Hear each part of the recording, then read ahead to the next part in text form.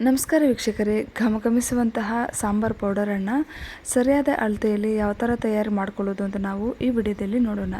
ಇಲ್ಲಿ ನಾನು ಅರ್ಧ ಕೆಜಿ ಆಗುವಷ್ಟು ಧನಿಯಾ ಕಾಳನ್ನು ತಗೊಂಡಿದ್ದೀನಿ. ಧನಿಯಾ ಕಾಳನ್ನು ಓವರಾಗಿ ಹುರಿದಿರ ಮಧ್ಯಮ ಉರಿಯಲ್ಲಿ ಹುರಿದು ಇವನ್ನು ಒಂದು ಪಾತ್ರೆಗೆ ಸೇರಿಸಬೇಕಾಗುತ್ತೆ. ತುಂಬ ಓವರಾಗಿ ಹುರಿದ್ಬಿಟ್ರೆ ಪೌಡರ್ ಅನ್ನೋದು ಕಹಿ ಬಂದುಬಿಡುತ್ತೆ, ರುಚಿ ಚೆನ್ನಾಗಿರೋದಿಲ್ಲ. ಹಾಗಾಗಿ ಗರಿಗರಿ ಆಗೋ ಥರ ಹುರಿದ್ಕೊಂಡ್ರೆ ಸಾಕಾಗುತ್ತೆ. ನಂತರ ಇಲ್ಲಿ 250 ಗ್ರಾಮ್ ಆಗುವಷ್ಟು ಬ್ಯಾಡಗಿ ಮೆಣಸಿನ್ಕಾಯನ್ನು ತಗೊಂಡಿದ್ದೀನಿ. ಯಾಕಂತಂದರೆ ಕಲರ್ ಚೆನ್ನಾಗಿ ಬರಲಿ ಅಂತ ಸ್ವಲ್ಪ ಆಯಿಲನ್ನು ಸೇರಿಸಿ ಇವನ್ ಕೂಡ ಅಷ್ಟೇ ಗರಿಗರಿ ಆಗೋವರೆಗೂ ಹುರಿದ್ಕೊಳ್ಬೇಕಾಗುತ್ತೆ. ಓವರಾಗಿ ಹುರಿಬಾರ್ದು. ಸೊ ಓವರಾಗಿ ಹುರಿದ್ರೆ ಮಸಾಲೆ ಎಲ್ಲ ಒಂಥರ ಕಹಿ ಬಂದುಬಿಡುತ್ತೆ. ನೋಡಿ, ಇವನ್ನು ಹುರಿದಿದ್ದಾಯಿತು. ಇವನ್ನು ಕೂಡ ಒಂದು ಪಕ್ಕಕ್ಕೆ ತೆಗೆದುಬಿಡೋಣ.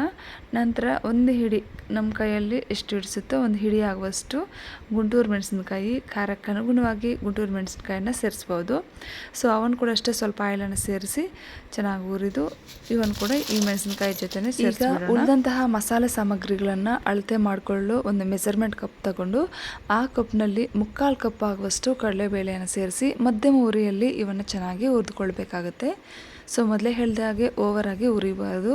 ಈ ಥರ ಹುರಿದಿದ್ದಾದಮೇಲೆ ಇವನ್ನು ಒಂದು ಪಾತ್ರೆಗೆ ಸೇರಿಸ್ಬೇಕು.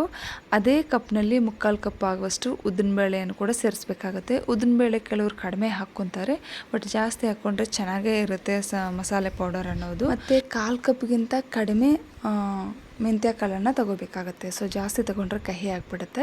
1/4 ಕಪ್ಗಿಂತ ಕಡಿಮೆ ತಗೊಂಡು ಈಗ ನೋಡಿ, ಇಲ್ಲಿ ಉದ್ದಿನಬೇಳೆಯನ್ನು ಕೂಡ ಹುರಿದಿದ್ದಾಯಿತು. ಸೊ ಇವನ್ನು ಕೂಡ ಒಂದು ಪಾತ್ರೆಗೆ ಸೇರಿಸ್ಬಿಡೋಣ. ನಂತರ ಈಗ ನಾವು ತಗೊಂಡಿರ್ತಕ್ಕಂತಹ ಮೆಂತ್ಯ ಕಾಳನ್ನು ಕೂಡ ಸೇರಿಸಿ ಇವನ್ನು ಕೂಡ ಅಷ್ಟೇ ಚೆನ್ನಾಗಿ ಹುರಿದ್ಕೊಳ್ಬೇಕಾಗತ್ತೆ. ನೋಡಿ, ಮೆಂತ್ಯ ಕಾಳನ್ನು ಸಹ ಹುರಿದಿದ್ದಾಯಿತು. ಸೊ ಇವನ್ನು ಕೂಡ ಪಾತ್ರೆಯಲ್ಲಿ ಸೇರಿಸ್ಬಿಡೋಣ. ಒಂದೊಂದು ಮಸಾಲೆ ಸಾಮಗ್ರಿಯನ್ನು ಹುರಿತಾ ಈ ಪಾತ್ರೆಗೆ ಸೇರಿಸಿ ಒಮ್ಮೆ ಈ ಥರ ಮಿಕ್ಸ್ ಮಾಡ್ಕೋಬೇಕಾಗತ್ತೆ. ಏಕಂತಂದರೆ ಹೀಟ್ಗೆ ಎಲ್ಲ ಚೆನ್ನಾಗಿ ಸೆಟ್ ಆಗುತ್ತೆ. ಇಲ್ಲಿ ನಾನು 1/4 ಕಪ್ಗಿಂತ ಕಡಿಮೆ ಕಾಳು ಮೆಣಸನ್ನು ತೊಗೊಂಡಿದ್ದೀನಿ. ಇವನ್ನು ಕೂಡ ಚೆನ್ನಾಗಿ ಹುರಿದು ಇದಕ್ಕೆ ಸೇರಿಸ್ಬಿಡೋಣ.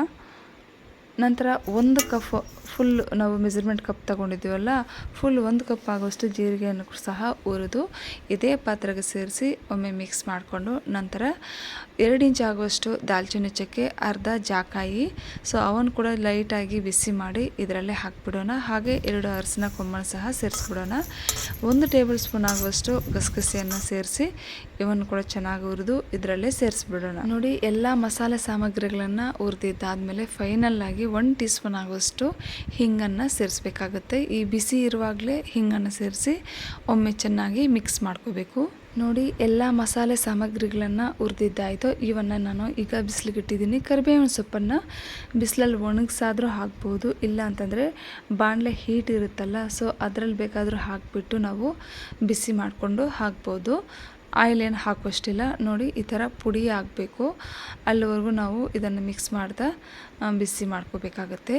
ಈಗ ನೋಡಿ, ಎಲ್ಲ ಸಾಮಗ್ರಿಗಳನ್ನು ಧನಿಯಾ ಜೊತೆ ಸೇರಿಸ್ತಾ ಇದ್ದೀನಿ. ಅಂದರೆ ಧನಿಯಾ ಕಾಳು, ಒಣಮೆಣಸಿನ್ಕಾಯಿ, ಹಾಗೆ ಹುರಿದಿಟ್ಟಿರ್ತಕ್ಕಂತಹ ಎಲ್ಲ ಮಸಾಲೆ ಸಾಮಗ್ರಿಗಳು, ಹಾಗೆ ಸ್ವಲ್ಪ ಕರಿಬೇವಿನ ಸೊಪ್ಪನ್ನು ಇದರಲ್ಲಿ ಮಿಕ್ಸ್ ಮಾಡಿ ಮಿಕ್ಸಿಯಲ್ಲಿ ಬೇಕಾದರೂ ಹಾಕ್ಕೋಬೋದು, ಇಲ್ಲ ಅಂತಂದರೆ ಮಿಲ್ಲಲ್ಲಿ ಬೇಕಾದರೂ ಹಾಕ್ಸ್ಕೊಂಬರ್ಬೋದು. ನೋಡಿ, ರುಚಿಯಾಗಿರ್ತಕ್ಕಂತಹ ಘಮಘಮಿಸುವಂತಹ ಮಸಾಲೆ ಪೌಡರ್ ರೆಡಿ ಆಯಿತು.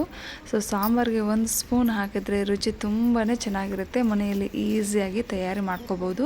ಇದರಲ್ಲಿ ಜಾಕಾಯಿ ಆಪ್ಷನಲ್, ಬೇಕಂತಂದರೆ ಹಾಕ್ಕೋಬೋದು, ಇಲ್ಲಾಂತಂದರೆ ಸ್ಕಿಪ್ ಮಾಡ್ಬೋದು. ಈ ವಿಡಿಯೋ ಇಷ್ಟ ಆದರೆ ಪ್ಲೀಸ್ ಲೈಕ್ ಮಾಡಿ, ಶೇರ್ ಮಾಡಿ, ಸಬ್ಸ್ಕ್ರೈಬ್ ಮಾಡಿ, ಸಪೋರ್ಟ್ ಮಾಡಿ ಫ್ರೆಂಡ್ಸ್. ಧನ್ಯವಾದಗಳು.